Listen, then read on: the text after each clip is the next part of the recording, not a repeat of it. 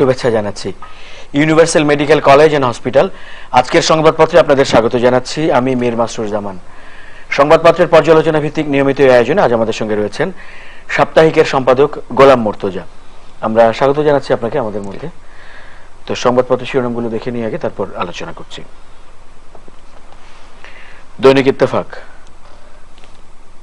উন্নয়ন বাধাগ্রস্ত হয় এমন কর্মকাণ্ড সহ্য করা হবে না, প্রধানমন্ত্রী।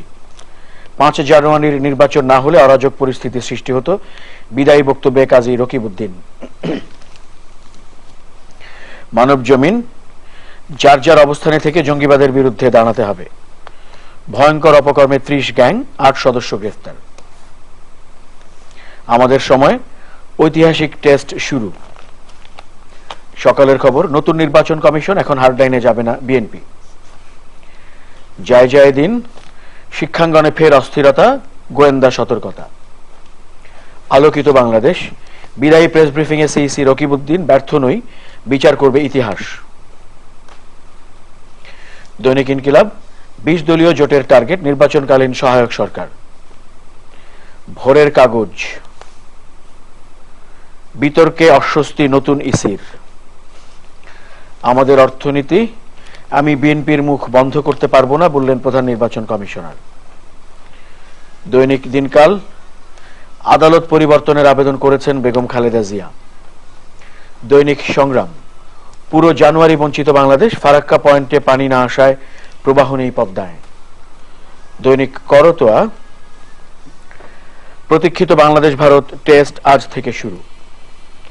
The independent, White House list includes 4 Bangladeshi incidents, 78 unreported terror attacks. The Financial Express, businesses exempt from advanced VAT. Our time, 16th Amendment, Supreme Court appoints 12 lawyers as amicus curiae. সংবাদপত্রের শিরোনামগুলো দেখলাম আমরা।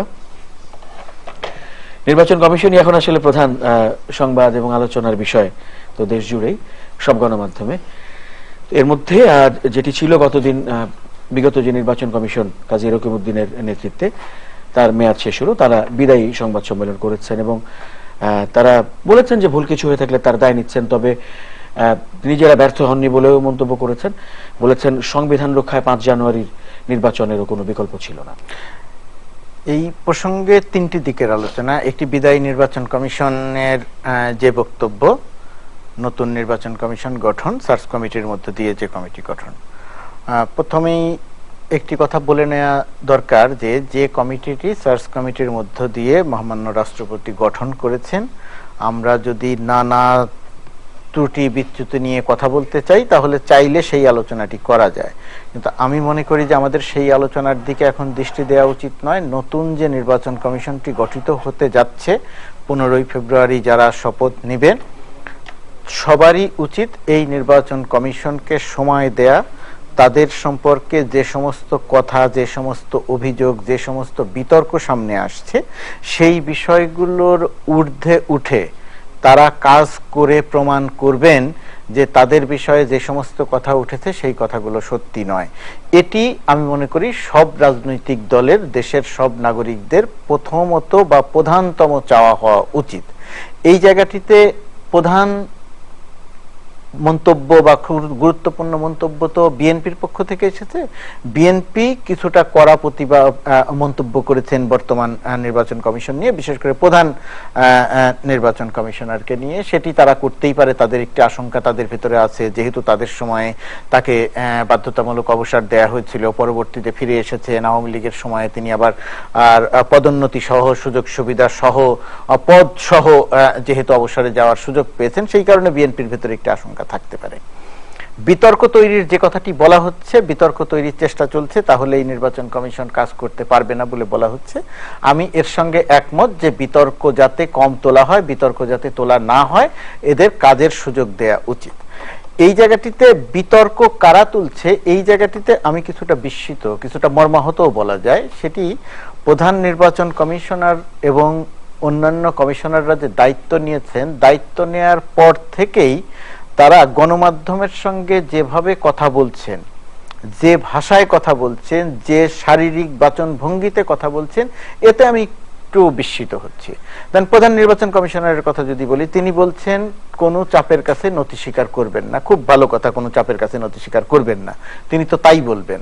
কিন্তু এখানে আমার বক্তব্য যে এই কথাগুলো বক্তব্যের মধ্য দিয়ে না দিয়ে কাজের মধ্য দিয়ে প্রমাণ করা দরকার যে আমি কোনো চাপের কাছে নতি স্বীকার করব না। তিনি আরো কিছু কথা বলেছেন যে কথাগুলো আমি ঠিক বুঝে উঠতে পারিনি। তার মতো অতীতে নির্বাচনের সঙ্গে দায়িত্বশীল পদে থেকে, নির্বাচন পরিচালনার দায়িত্বশীল পদে থেকে একজন মানুষ কি করে এই কথা বলতে পারেন। আমি শপথ নিতে যাওয়া প্রধান নির্বাচন কমিশনার কে এম নুরুল হুদার কথা বলছি। তিনি বলছেন রাজনৈতিক বা নির্বাচিত সরকার তো চাপ দেয় না, সরকার তো বলে না যে বাক্স ভরে দিতে হবে। তো সরকার যদি চাপ না দেয়, তো 15ই ফেব্রুয়ারিতে তিনি যে নির্বাচনের কর্মকর্তা ছিলেন, তো সেই নির্বাচনে তাকে কে চাপ দিয়েছিল? সেই নির্বাচনে বাক্স কারা ভরতে বলেছিল? সেটা কি তারা নিজেরা ভরেছিলেন? এই প্রশ্নগুলো সামনে আসে। এই কথাগুলো তিনি কেন বলছেন এটি আমি বুঝতে পারছি না। বিতর্কের প্রসঙ্গে জবাব দিতে গিয়ে তিনি বলছেন যে নবী পয়গম্বররাও বিতর্কের ঊর্ধ্বে ছিলেন না। কিসের সঙ্গে কিসের তুলনা করছেন? তিনি যে এত বড় একটি দায়িত্বশীল পদে এসেছেন, তিনি যে এত সেন্সিটিভ স্পর্শকাতর একটি পদে এসেছেন, এটি কি তিনি ভুলে গেছেন কিনা আমি ঠিক বুঝতে পারছি না। এটি কি তার ধাতস্থ হতে সময় লাগছে কিনা আমি তাও বুঝতে পারছি না। তাহলে তিনি নবী পয়গম্বররা বিতর্কের সঙ্গে তিনি নিজের পদের বিতর্ক টেনে এনে তিনি কি বলছেন, কি বোঝাতে চাইছেন আমি জানি না ঠিক তিনি জেনে বা বুঝে এই কথাগুলো বলছেন কিনা। তো বিতর্ক তৈরির ক্ষেত্রে অন্য দল, বিএনপি বা অন্যদেরকে যদি বলা হয়ে থাকে, আজকে পর্যন্ত নির্বাচন কমিশনের পক্ষ থেকে বিশেষ করে প্রধান নির্বাচন কমিশনার যে উৎসাহ উদ্দীপনা নিয়ে, যে ভাষায়, যে শারীরিক বাচনভঙ্গিতে কথা বলছেন, এই কথাগুলোর প্রেক্ষিতেই এক ধরনের বিতর্ক তৈরি হচ্ছে এবং এই বিতর্কটি একদিনে শেষ হয়ে যাবে না। এই বিতর্কটি আরো অনেক দিন পর্যন্ত সামনে থাকবে। এমনিতেই তার বিরুদ্ধে একটি অভিযোগ আনার চেষ্টা করা হচ্ছে যে তিনি আওয়ামী লীগের পছন্দের লোক, তিনি আওয়ামী লীগের থেকে বিভিন্ন সময় সুযোগ সুবিধা পেয়েছেন, সরকারি পদে থেকেছেন। সুতরাং এই অভিযোগটি যখন আছে, তখন তার যে পরিমাণ সতর্ক থাকার কথা, যে পরিমাণ সতর্ক থাকা প্রত্যাশিত, তিনি সেই জায়গাটিতে মোটেই সেই পরিমাণ সতর্ক নেই, সেই পরিমাণ সতর্ক থেকে তিনি কথাগুলো বলছেন না, এটি তার বলা দরকার।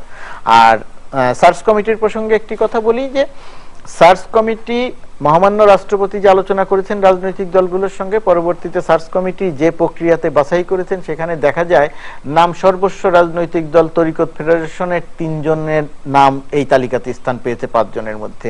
এই ক্ষেত্রে আবারও বক্তব্য এটাই যে রাষ্ট্রপতি থেকে শুরু করে সার্চ কমিটি পর্যন্ত যত আলোচনা হয়েছে, যত নাম গেছে, যত রকমের বুদ্ধি পরামর্শ নাগরিক সমাজের পক্ষ থেকে গেছে, পুরো বিষয়টি যদি স্বচ্ছতার সঙ্গে প্রকাশ করা হয় তাহলে সার্চ কমিটির গুরুত্ব বাড়ে, এই পুরো প্রক্রিয়ার গুরুত্ব বাড়ে, মহামান্য রাষ্ট্রপতির গুরুত্ব বাড়ে। এখানে আরেকটি কথা বলা দরকার, পুরনো ইসি অর্থাৎ বিদায়ী নির্বাচন কমিশন। বাংলাদেশের ইতিহাসের অন্যতম ব্যর্থ নির্বাচন কমিশন হচ্ছে বর্তমান বিদায়ী নির্বাচন কমিশন। তারা একটি কৌশল নিয়েছেন, প্রচারণার কৌশল, নিজের ঢোল তারা নিজেরা বাজাচ্ছেন, নিজেরা সাফল্য তারা নিজেরা দাবি করছেন, কিন্তু তারা কতখানি সফল কতখানি ব্যর্থ সেটা দেশের মানুষ জেনেছে। 5 জানুয়ারি নির্বাচন না হলে সহিংসতা হতো, এই কথাগুলো বলা যায়, কিন্তু এর বিকল্প আরো অনেক পথ ছিল, তারা সেই পথের দিকে অগ্রসর হননি। 5 জানুয়ারি নির্বাচন ছাড়াও ভোটারবিহীন নির্বাচন তারা করেছেন, অরাজক নির্বাচন তারা করেছেন, 5% ভোটকে তারা 40% করে দেখিয়েছেন। সবকিছু মিলিয়ে অত্যন্ত নিন্দিত একটি নির্বাচন কমিশন গত নির্বাচন, বিদায়ী নির্বাচন কমিশন। এখন সেই নির্বাচন কমিশন, বর্তমান নির্বাচন কমিশন গঠনের আগে থেকে বলছেন এখনকার নির্বাচন কমিশনও আমাদের মতোই হবে, এখনকার নতুন নির্বাচন কমিশনও আমাদের মতোই দায়িত্ব পালন করবে। কে বলেছেন উনাদেরকে যে বর্তমান নির্বাচন কমিশনও উনাদের মতোই হবে? কে বলেছেন উনাদেরকে যে বর্তমান নির্বাচন কমিশনও উনাদের মতোই দায়িত্ব পালন করবেন? এই কথাগুলো বলে উনাদের যে হারানো ইমেজ, উনাদের যে নেতিবাচক ইমেজ, সেই ইমেজটি বর্তমানে বা নতুন নির্বাচন কমিশনকেও তার উপরেও তারা চাপিয়ে দিতে চাইছেন। বিতর্কের যে কথাটি বলা হচ্ছে, প্রধান নির্বাচন কমিশনারের এখন পর্যন্ত বক্তব্য এবং বিদায়ী প্রধান নির্বাচন কমিশন বর্তমান নির্বাচন কমিশনকে নিয়ে যে ভাষায় কথা বলছেন, যা বলছেন, তার প্রেক্ষিতে বিতর্ক তৈরির প্রেক্ষাপট তৈরি হচ্ছে। বর্তমান নির্বাচন কমিশনের হিসেবে যারা দায়িত্ব নিতে যাচ্ছেন, তারা যেহেতু গণমাধ্যমের সঙ্গে কথা বলছেন, তাদের উচিত বিদায়ী নির্বাচন কমিশন রকিব সাহেবের যে কমিশন, সেই কমিশন যে কথাগুলো বলছেন, তারা যে সেইভাবে কাজ করবেন না, তারা যে ভোটারবিহীন নির্বাচন আয়োজন করবেন না, তারা যে সহিংসতাপূর্ণ নির্বাচন করবেন না, ভোট পড়েনি কিন্তু তারা যে ভোটের সংখ্যা বাড়িয়ে দেখাবেন না, সেটি এই বর্তমান নির্বাচন কমিশনের খুব গুরুত্বের সঙ্গে খুব ব্যর্থহীন ভাষায় এর প্রতিবাদ করা উচিত, যে তারা তাদের মতো কাজ করবেন, আপনারা আপনাদের মতো কাজ করেন। রকিব সাহেবের উচিত নিজেদের চেহারা আয়নায় নিজেদের চেহারা দেখা। এই নির্বাচন কমিশন বিষয়ে মন্তব্য করে এটিকে বিতর্কিত করা তাদের দায়িত্বের মধ্যে পড়ে বলে আমি মনে করি না। সবারই চোখ ছিল এবং একটি মনোযোগের একটি কেন্দ্র ছিল যে বিএনপি কি কেমন প্রতিক্রিয়া দেখায়, সেটি নিয়ে তার পরদিন থেকে আমরা সংবাদ শিরোনাম দেখতে পাচ্ছি। আজও যেটি রয়েছে যে বিএনপি হার্ডলাইনে যাবে না, যদিও তারা বলছে যে এই প্রধান নির্বাচন কমিশনের অধীনে নিরপেক্ষ নির্বাচন হবে, গ্রহণযোগ্য নির্বাচন হবে, এটি তারা বিশ্বাস করছেন না, কিন্তু তারা আরো নিবিড় পর্যবেক্ষণ করবেন, এমনটি আমরা সংবাদ শিরোনাম হিসেবে। বিএনপির এই প্রতিক্রিয়াটিকে আমি খুব নেতিবাচকভাবে দেখছি না এই কারণে যে বিএনপি সময় নিয়ে, বিএনপি খুব তাৎক্ষণিকভাবে হুট করে মন্তব্য করেনি, বিএনপি সময় নিয়ে মন্তব্য করেছে। বর্তমান নির্বাচন কমিশনার প্রধান নির্বাচন কমিশনার বিষয়ে তাদের কিছু বক্তব্য আছে, সেই কথাগুলোও তারা বলেছে। আমার ধারণা রাজনৈতিকভাবে এক ধরনের চাপে রাখার কৌশল হিসেবে বিএনপি এই প্রসঙ্গগুলো সামনে এনেছে, এটি আমার ধারণা। আশার কথা বা ইতিবাচক দিক হচ্ছে এটা যে এই নির্বাচন কমিশনকে কিন্তু বিএনপি পুরোপুরিভাবে প্রত্যাখ্যান করেনি। এই বিএনপির মন্তব্য কি তারা আরো দেখবে, তারা আরো পর্যবেক্ষণ করবে। এখানে দেখার ক্ষেত্রে বর্তমান নির্বাচন কমিশনের প্রধান দায়িত্ব হবে নির্বাচনের প্রতি জনগণের আস্থা ফিরিয়ে আনা। বিগত নির্বাচন কমিশন, রকিব সাহেবের নির্বাচন কমিশন বাংলাদেশের নির্বাচনী ব্যবস্থাকে পুরো তছনছ করে দিয়ে গেছে, ভেঙে চুরমার করে দিয়ে গেছে। সেই ভেঙে চুরমার করে দেয়া নির্বাচনী ব্যবস্থাকে গঠনমূলক জায়গাতে আনার ক্ষেত্রে বর্তমান নির্বাচন কমিশনের খুব কঠিন কাজ করতে হবে। সেই কঠিন কাজটি করার জন্য প্রধানতম অবস্থান হবে এই সামনে যে কয়েকটি নির্বাচন আছে, এর মধ্যে কুমিল্লা সিটি কর্পোরেশন নির্বাচন একটি খুব গুরুত্বপূর্ণ নির্বাচন। এমপি লিটন হত্যাকাণ্ডের পরে যে আসনটি শূন্য হয়েছে, সেই উপনির্বাচনটি অত্যন্ত গুরুত্বপূর্ণ নির্বাচন। এই নির্বাচনগুলোতে নির্বাচন কমিশন কতটা দক্ষতা, কতটা যোগ্যতা, কতটা সাহসিকতার পরিচয় দিতে পারে, তার উপরে তাদের আস্থা ফিরিয়ে আনা না আনা, বা বিএনপির আস্থা নয় শুধু তাদের উপরে, এটি দেশের সাধারণ জনমানুষের আস্থা প্রতিষ্ঠার ক্ষেত্রে, পুনরায় প্রতিষ্ঠার ক্ষেত্রে আমার ধারণা একটা গুরুত্বপূর্ণ ভূমিকা রাখবে তাদের আচরণগুলো। সুতরাং এই জায়গাটিতে আমি মনে করি না যে বর্তমান নির্বাচন কমিশনকে এখনই ব্যর্থ, এখনই বিতর্কিত বলে দেওয়ার সুযোগ আছে। তবে গণমাধ্যমের সঙ্গে কথা বলার ক্ষেত্রে বর্তমানে যারা দায়িত্ব নিতে যাচ্ছেন তাদের অনেক সতর্ক হওয়ার সুযোগ আছে, বা সতর্ক হওয়া উচিত বলে আমি মনে করি।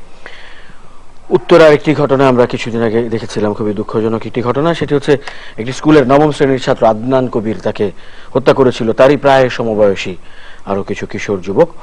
এবং আমরা সেই সুবাদে বড় হয়ে সংবাদ এসেছিল যে গ্যাং বলে এক ধরনের বিষয় চালু হয়েছে, যেখানে অনেক কিশোর যুবকরা জড়িত থাকে এবং একটি গ্যাং আরেকটি গ্যাংয়ের উপর আধিপত্য বিস্তার করতে গিয়ে এমন অপরাধ সংগঠন করে।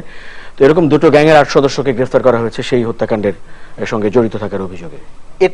এটা ভালো খবর, এটি ভালো সংবাদ, ইতিবাচক ঘটনা যে অল্প কয়েকদিনের মধ্যে বেশ কয়েকটি গ্যাংকে শনাক্ত করা গেছে এবং তাদের সর্বশেষ এরকম 8 জনকে গ্রেপ্তার করা হয়েছে, যারা ওই কিশোর শিক্ষার্থী আদনান হত্যাকাণ্ডের সঙ্গে সম্পৃক্ত, বা আদনানকে যারা হত্যা করেছে। এই ঘটনাটি আইন শৃঙ্খলা রক্ষাকারী বাহিনী অবশ্যই প্রশংসা পেতে পারে, ধন্যবাদ পেতে পারে, আমরা প্রশংসা করি, ধন্যবাদ জানাই। কিন্তু যে জায়গাটি আমাদের জন্য উদ্বেগের কারণ হয়, এই আদনান হত্যাকাণ্ডটি এই গ্যাং কর্তৃক প্রথম হত্যাকাণ্ড নয়। এই গ্যাংগুলোর কর্মকাণ্ড, এই গ্যাংগুলোর অপতৎপরতা, অপরাধমূলক তৎপরতা বেশ কিছুদিন যাবৎ আলোচনায় ছিল। এটি গণমাধ্যমে ছোটখাটো ভাবে এসেছে, গণমাধ্যমে যতখানি এসেছে তার চেয়ে এই বিষয়টি আমাদের আইন শৃঙ্খলা রক্ষাকারী বাহিনী, বিশেষ করে গোয়েন্দা সংস্থাগুলোর আরো ভালো করে জানা থাকার কথা ছিল। এবং শুধু জানা থাকা না, এই জানা থাকার প্রেক্ষিতে আরো অনেক আগে থেকেই এই গ্যাংগুলোর বিরুদ্ধে ব্যবস্থা নেয়া, এই গ্যাংগুলোর অনুসন্ধান করা, কারা সম্পৃক্ত, এত কিশোর বয়সী ছেলেরা কেন এর সঙ্গে সম্পৃক্ত সেটি গোয়েন্দা সংস্থার একটি দায়িত্ব ছিল। কিন্তু সেই জায়গাগুলোতে আমরা দেখেছি এক ধরনের বেশ বড় রকমের ব্যর্থতা। আগাম তারা কোনো তথ্য সংগ্রহ করতে পারেনি, ছোটখাটো ঘটনার পরেও তারা এই গ্যাংগুলোর বিরুদ্ধে ব্যবস্থা নিতে পারেনি। এটি একটি বড় দুর্বলতা। কিন্তু এই যে এখন যে গ্রেপ্তার করা গেল এটি একটি সফলতা, এবং আমি ব্যর্থতার জায়গাটি দূরে সরিয়ে রেখে এই সফলতার জায়গা থেকে শুরু করতে চাই। এবং এর প্রেক্ষিতে এই ঘটনাটির মধ্য দিয়ে শুধুমাত্র উত্তরাঞ্চল বা এই অঞ্চল নয়, সারা দেশের প্রেক্ষিতে যে এক ধরনের সামাজিক অবক্ষয় তৈরি হয়েছে, সেই অবক্ষয় কেন ঘটছে এবং এই অবক্ষয়ের সঙ্গে কারা সম্পৃক্ত এটি অনুসন্ধান করে ব্যবস্থা নেওয়া আইন শৃঙ্খলা রক্ষাকারী বাহিনীর দায়িত্ব। আর সামাজিক রাজনৈতিক দায়িত্ব কেন এই অবক্ষয় হচ্ছে তার কারণ অনুসন্ধান করা। অনেক ধন্যবাদ আজকে সময় দেওয়ার জন্য। প্রিয় দর্শক, আমরা জানি যে আজ ভারতের হায়দ্রাবাদে ভারতের সঙ্গে বাংলাদেশ জাতীয় ক্রিকেট দল টেস্টে মুখোমুখি হচ্ছে, সফরের একমাত্র টেস্ট। কিন্তু এটি 16 বছরের প্রতীক্ষার অবসান। 16 বছরের মধ্যে প্রথম ভারতের মাটিতে বাংলাদেশ তাদের দলের সঙ্গে টেস্টে মুখোমুখি হচ্ছে। এই টেস্টে বাংলাদেশের সাফল্য কামনা করছি। আমরা সংবাদপত্রের শিরোনামে দেখেছি ঐতিহাসিক টেস্ট। আমরা ঐতিহাসিক জয়ের অপেক্ষায় থাকলাম। সবাইকে অনেক ধন্যবাদ সঙ্গে থাকার জন্য। ভালো থাকবেন সবাই। শুভরাত্রি।